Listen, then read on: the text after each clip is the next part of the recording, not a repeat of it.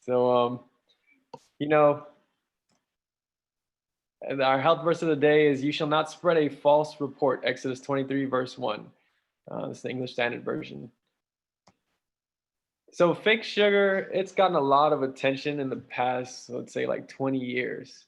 And when I say fake sugar, I mean these are the sweeteners that they are currently marketing for the purpose of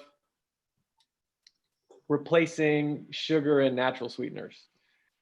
And so the reason that it's become so popular, why do people use artificial sweeteners? There's several ways it's marketed. Number one, it does not have calories. And so for the person who's trying to lose weight, that might be enticing. Um, Diabetics obviously like to avoid sweet things. And so diabetics will use it as a sweetener since it doesn't directly raise your blood sugar because it doesn't have any calories. And they provide sweetness. Obviously, that's the whole goal. That's why it's an artificial sweetener. But let's delve a little bit further into that. Um, so, artificial means it's made or produced by human beings rather than occurring naturally. This is not something that you would find, say, you're going out and you see a sucralose tree and you go pick some sucralose. You can't find that. So, it has to be made in a laboratory to be created. Actually, the real name for sucralose is 1,6-dichloro 1,6-dideoxy beta D fructofuranocil. You guys can read it. It's extremely long. And so that's because they had to put these things together in order to make it in the laboratory. Now, the real question is like, are these sweeteners bad for us? I mean, you just said they don't have any calories. They won't raise my blood sugar technically. And basically, I can have sweetness in my food without the consequences. So I was looking at some different studies on it. Um, One report showed that sucralose, the sweetener, was linked to migraines. And so now it's one of those questions you have to ask a patient with migraines. Are you using sucralose? Because that might be the cause of your migraines.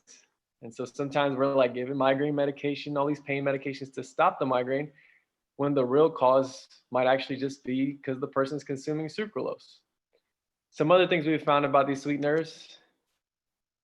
Remember I said the use of it doesn't have calories, so technically no calories, no nutritional value, no, you can't put weight on if you don't have nutritional value.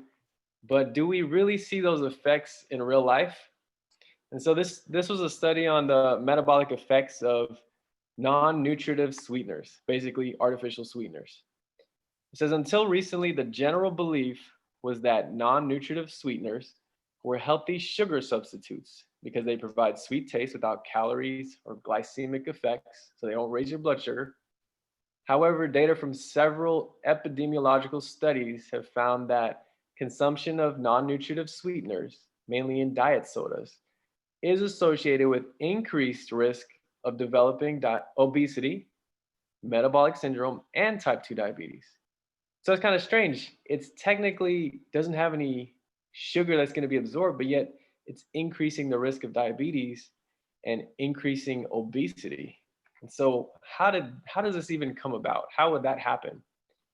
Well, they did another study and they found that artificial sweeteners cause what's called glucose intolerance. So diabetes, the root cause of diabetes is that type 2 specifically is your body's not sensitive to insulin. So that leads to glucose intolerance. Basically, when you take in glucose, your blood sugar spikes more than it should be if your natural insulin was working well. And we found that artificial sweeteners cause this glucose intolerance, which you see in diabetics, by altering the bacteria in their gut, the gut microbiota. And so we find that it's having the opposite effect because it's not absorbed, it's staying in the GI tract and it's altering the types of bacteria in the GI tract. And we're finding out that these bacteria are actually really important for maintaining good health and good hormonal balance. And another study showed the artificial sweetener Splenda promotes gut proteobacteria And what's relevant about that is because these bacteria are linked to kind of like inflammatory bowel disease. That's like Crohn's disease. It's basically autoimmune infections, autoimmune diseases of your GI tract.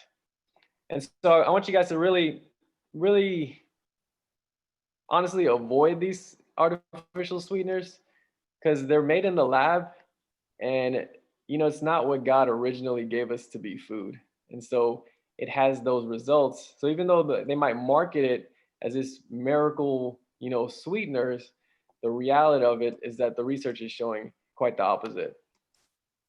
So make it our prayer goals. Lord, am I consuming fake foods and thinking it's healthy? Maybe it's not fake sugars. Maybe it's fake something else. I know, in the vegetarian world, there are plenty of fake things. And it's just say, Lord, help me to eat the foods you originally gave to me. Because what God gave us was that which promotes health of body and health of mind.